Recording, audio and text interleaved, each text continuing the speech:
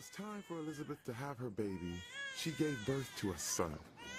Her neighbors and relatives heard that the Lord had shown her great mercy, and they shared her joy. On the 8th day, they came to circumcise the child, and they were going to name him after his father Zechariah. But his mother spoke up and said, "No, he is to be called John." They said to her, "There is no one among your relatives who has that name." Then they made signs to his father to find out what he would like to name the child. He asked for a writing tablet, and to everyone's astonishment, he wrote, "His name is John." Immediately his mouth was opened and his tongue was loosed, and he began to speak, praising God.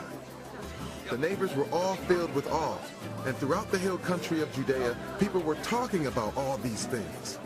Everyone who heard this wondered about it, asking, "What then is this child going to be?" For the Lord's hand was with him.